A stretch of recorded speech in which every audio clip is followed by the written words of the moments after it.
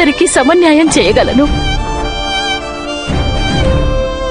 భార్యగా నా కర్తవ్య పాలన ఎలా చేయగలను?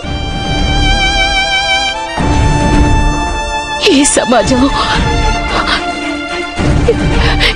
సమాజం వేసే నిందలను ఎలా సహించగలను?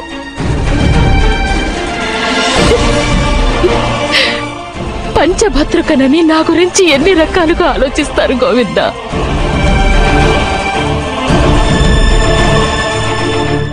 ఎవరి మనస్సులో ధర్మం కొలువుంటుందో వారి చరణాలకు స్వయంగా ఈశ్వరుడే పుష్పార్చన చేస్తాడు. నీవు అగ్ని నుంచి జన్మించావు ద్రౌపది. ఆ అగ్నికి మారు పేరే పావకం.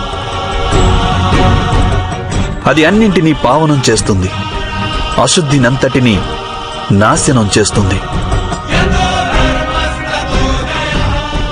నాకు విశ్వాసముంది, నిన్ను సమీపించే ఆత్మలన్నీ పవిత్రమవుతాయి.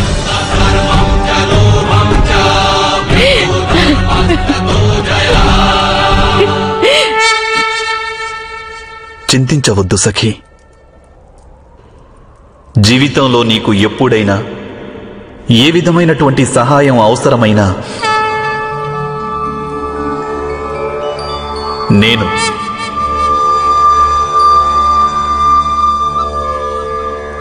నీ ప్రియ సఖుణ్ణి, వసుదేవ సుతుణ్ణి అక్కడ ప్రత్యక్షం కాగలను.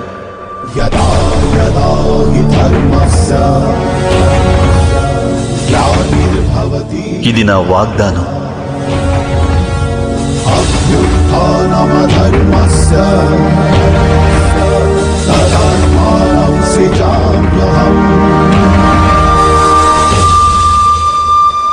నీవు కేవలం ధర్మానికి ఆధారమైన పంచరత్నాలను మనస్సులో ధారణ చేయాలి.